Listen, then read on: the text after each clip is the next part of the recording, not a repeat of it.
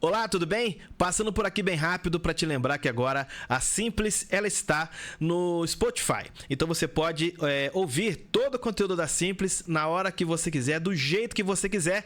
Mas faz o seguinte, segue a gente e compartilha essa novidade aí. Outra coisa é lembrar que esse podcast, o Simplecast, tem o apoio da Igreja Batista em Renovação Espiritual. Tem também o apoio da BL Livraria, da Baicuff, também do Cantinho Árabe, da Contabilidade Joana, dos Estofados Alves, ali na Jaqueira. Também tem o apoio da Guilf Confecções, tem o apoio da Mob, né? São móveis planejados e também decoração. Tem a Movimente Academia Gustavo Luiz Treina e também a Panificadora Porto Novo. Tá ok? Então, vamos pro corte. Mas o que acontece? Uma das novelas que... Muitas novelas foram trabalhosas, mas a que mais me deu trabalho mesmo foi a melhor novela que eu fiz na minha vida, que foi Roque Santeiro. Até hoje, né, rapaz? Que sucesso, hein? A novela já tem vai para 50 anos que foi ao ar. Coisa, né? E aconteceu lá na novela Roque Santeiro uma coisa que marcou a televisão na época e marcou a minha vida também. Hoje em dia, quando você fala Roque Santeiro, a primeira coisa que vem à cabeça das pessoas é o quê? Senhorzinho Malta, né? E aquele sacudido da... Tô certo ou tô errado, né? Pois é. E aí eu digo... Ali é que tá o mistério do Haroldo Barros. E aí eu digo... Ali é o Haroldo... Não tem pulseira, não tem nada. Aquilo é o Haroldo Barros ali. Pois é. E aí eu digo o seguinte.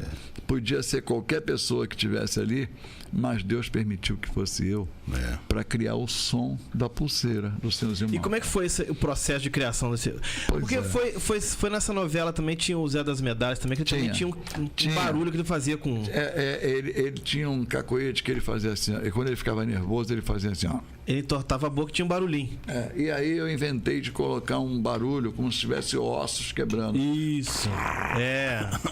Entendeu? Exatamente. E isso aí causou... Olha a vida da novela, olha. Isso causou uma coisa... Armando Bogos. Então, isso causou uma coisa legal, que depois eu acabei ficando muito amigo do Armando Bogos na época, né? E o Armando, que Deus o tenha, toda novela que ele ia fazer, ele ia na sonorização, na minha sala, e falava assim: Haroldinho, eu vou ver se eu arranjo algum cacoete, alguma coisa, para tu botar alguma coisa aí. Depois daquele negócio era o Zé das Medalhas. Né? E então, essa história, você perguntou como é que foi criada a pulseira do Senhorzinho Malta. O Paulo Biratã, saudoso, Jorge Luiz conheceu. Ele era um cara muito difícil. Trabalhei com Paulo Biratã na TV Globo São Paulo, transmissão do desfile das escolas de samba. Que legal. Então você trabalhou com um dos caras mais... Olha, o cara é a casca grossa, mas o Paulo Biratã, onde botava a mão, virava ouro. Ele sabia tudo. O Paulo Biratã era muito colado com o Boni, né, bicho? Meu amigo. Isso aí é meu... Sou fã número 1. A minha história... Depois eu tenho uma história com o Boni, não vai dar nem para contar aqui, que é longa, mas é muito legal. O que acontece? O Paulo aprendeu muito ali com o Boni, porque ele era muito colado com o Boni. Mas o Paulo era um cara muito difícil de se lidar com ele. Para que as pessoas saibam, o José Bonifácio Sobrinho, o Boni, começou no rádio. No rádio. Sonoplastia do rádio. Viu, gente? Eu ia falar isso agora. Ele era Rádio Roquete Pinto. Isso. Ele ia com o pai dele para a rádio e virou sonoplasta. E depois virou o Boni, né? Que aí é indiscutível. Tá lá dentro do meu carro, lá no banco de trás, tá lá o livro dele lá. O livro do Boni. Então, eu tive na sala do Boni, é uma outra história, e acabei não levando o livro para ele autografar. Não me perdoa, mas eu vou levar. Ele me mandou. Ele mandou o livro. Não, mas eu vou levar. Eu não acreditei. Quando chegou o livro, eu falei, não, quem mandou? O Boni mandou te entregar. Você está de brincadeira comigo. Isso é uma relíquia. Pelo amor de Deus. É uma relíquia. Mas eu vou levar o meu lá no Leblon. Vou levar lá para ele autografar. Bom, aí o que acontece? O Paulo Biratã era uma pessoa muito difícil de se lidar com ele, mas eu aprendi demais com esse cara. E na novela Roque Santeiro, o que acontece? Eu não tinha tempo de ler sinopse, sabe? Porque o Paulo Biratã emendava. Não é que ele emendava uma na outra. Eu fazia muita novela. Eu fiquei 12 anos trabalhando com o Paulo Biratã. E o Paulo Biratã, hoje em dia, existe um negócio chamado diretor de núcleo. Cada um é diretor de um núcleo. Naquele tempo existia um diretor artístico, que era o Paulo Biratã, que era responsável por todos os núcleos de novela. né? Então, o Paulo Biratã, ele fazia muito novela das 8. Então, o que ele fazia? Ele começava dirigindo os 20 primeiros capítulos, mais ou menos. No 20º capítulo, ele já tinha os diretores estavam com ele entregava na mão daqueles diretores e ele se afastava e começava já a produzir. A próxima das 8. Próxima das 8. E assim ia. E eu não me afastava. Eu fazia o último capítulo da novela na sexta-feira, no dia de ir pro ar. No sábado eu folgava e no domingo eu já chegava na Globo fazendo o primeiro capítulo da outra novela que eu não sabia nada da novela. Né? Eu ia vendo no decorrer da novela. Então, no primeiro capítulo, o diretor sempre ficava na sonorização junto com a gente, até para passar a ideia da novela. Isso aqui vai ser assim, isso aqui vai seguir assim, isso aqui vai por esse lado e tal.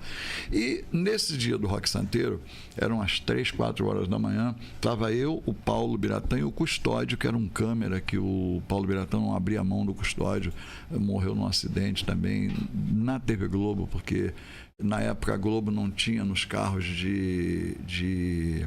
os carros de externa, não tinha aquela proteção aqui atrás, aquela tela que hoje tem. E descendo uma serra, acho que em Itaguaí, que eles foram fazer uma externa, quando voltou, um equipamento lá, teve uma freada, não sei o que houve, o equipamento veio e acabou levando o Custódio embora. Meu Deus. E o Paulo Biratã ali, ele morreu metade da vida dele, porque ele era muito colado com o Custódio. Bom, aí mas essa é outra história. O Paulo Biratã, estava eu, o Paulo Biratã e o Custódio dentro da sala, que o Paulo Biratã não largava o Custódio não largava o Paulo. 3, 4 horas da manhã, o Lima Duarte faz o gesto. O senhorzinho Malta faz o gesto na novela.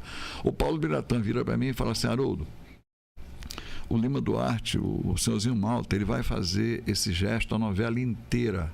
Arranja um som para isso aí. Aí na hora eu pensei assim, bom, agora eu tô lascado. Porque o que eu vou colocar nesse negócio? Se eu colocasse uma coisa que ele não gostasse, tudo que eu colocasse depois, ele ia botar defeito. Eu já conhecia a peça. Eu falei, eu só tenho um tiro, eu só tenho uma bala e eu preciso acertar esse tiro. A hora que eu botar tem que ser uma coisa que ele goste. E aí, anotei o tempo da cena, que eu não podia ficar pensando o que ia fazer, anotei aquele tempo, que eu tinha que botar o som e continuei sonorizando, mas a cabeça não saía de lá, o que eu vou botar lá, o que eu vou botar lá, o que eu vou botar lá. De repente, o Lima Duarte faz uma outra coisa lá na novela, ele vira pro Custódio aqui do meu lado, ele vira pro Custódio e fala assim, pro Custódio, não para mim, pro Custódio: esse cara é uma cobra, né? Quando ele falou cobra, a primeira coisa que me lembra, cobra cascavel. Aí eu pensei, bom, mas se eu botar o som da cobra cascavel mesmo, que é o chocalho da cobra, porque a cobra cascavel, quando ela se sente ameaçada, ela balança a ponta do rabo, aquele chocalho, para dizer, não vem porque eu vou te atacar. Exatamente. E o Lima Duarte, o senhorzinho Malta era isso, era uma cobra, era o cara que, né? E aí eu falei, se eu botar o som mesmo da cobra, ele me mata, porque aquilo não é peso. Encorpado, não tem peso para televisão, não vai dar em nada. Aí eu lembrei que antes da novela foi pro ar uma minissérie chamada Lampião e Maria Bonita. E eu assisti essa minissérie e me lembrava que tinha um som de cascavel feito no estúdio, imitando uma cascavel. Né? Só que era um som encorpado feito no estúdio. Aí eu esperei ele sair da sala para tomar um café, sei lá o que ele foi fazer. Corri lá no arquivo. Minto, eu dei uma saída, fui lá no arquivo, pedi esse som e botei lá no cantinho. Deixei ali, não falei nada. Esperei ele sair da sala. Quando ele saiu da sala, eu corri lá na cena, coloquei o som e esperei ele voltar. Ele voltou, eu falei, Paulo, assiste aí. Já botou? Eu falei, assiste aí, pô. Mas só eu sei como é que eu tava. Botei, dei play, ele assistiu. Aí ele não falou nada, só falou assim: bota de novo. Quando de novo eu já tremi. Eu falei, não deu certo não. Botei a segunda vez. Quando ele viu a segunda vez, ele deu um murro na mesa e falou assim: é isso que eu quero.